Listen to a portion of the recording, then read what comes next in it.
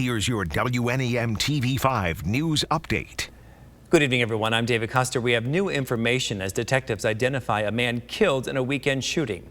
21-year-old Darius Jackson of Saginaw was in the back seat of a car that was shot at near Bay and Troutner in Kochville Township. Investigators believe he and two others had just left the Home to Suites by Hilton early Sunday morning when another car drove up behind them and opened fire.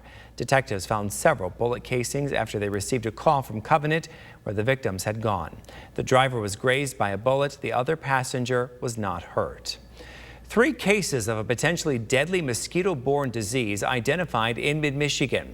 The Michigan Department of Agriculture and Rural Development confirmed the discovery of 3 new cases of Eastern equine encephalitis, also known as Triple E, were found in horses from Shiawassee and Genesee counties. The state wants to remind residents, even though it's October, mosquitoes carrying the disease pose a threat until at least one good hard freeze where temperatures fall below 28 degrees. 2 Vassar women are recovering after an afternoon boat ride turned into a rescue. Central Dispatch says around 7:45 last night, they received a distress call north of Port Austin. The rowers, a 35-year-old woman and her 64-year-old mother, were headed up to Turnip Rock in a leaky rowboat around noon. They thought their trip would only take 45 minutes, but hours later, they arrived. When they started back, the pair were paddling against the wind and became exhausted. Police say they were recovered about a mile offshore. And now here's Brian with your forecast. Thanks very much, David. After some morning showers and even a few rumbles of thunder, those thankfully cleared out pretty early today. But it didn't do anything to save us from the gray, dreary conditions that have been left behind by the slow-moving area of low pressure over the Mackinac Straits. Fortunately, though, as that gets out of the picture tonight, it's going to take the rain out of the equation, but leave a lot of the clouds behind as we head into Wednesday.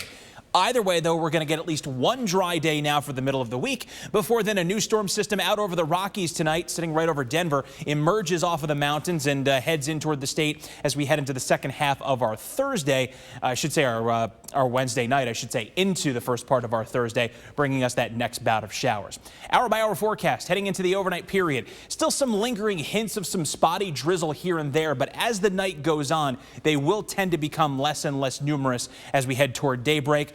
Maybe a little bit still even lingering into the morning commute tomorrow, but the general trend will be to get all this dreary weather, at least in terms of the rain, out of the equation. Midday into mid-afternoon, maybe a few breaks of sunshine at the absolute best, but it is going to be an overwhelmingly cloudy day again on our Wednesday. And it won't be until late on our Wednesday night into the first part of our Thursday where we get that next bout of showers as that new disturbance rolls on in.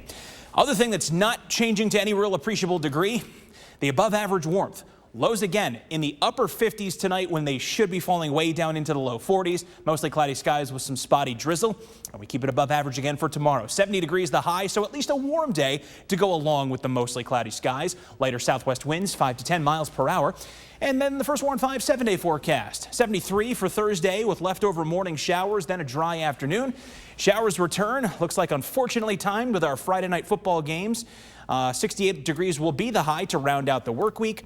Then a couple of cooler days, 56 the high for Saturday, actually feeling like fall for a change, but doesn't look like that feeling's going to hold because into Monday and Tuesday, highs climb right back into the middle and even upper 60s.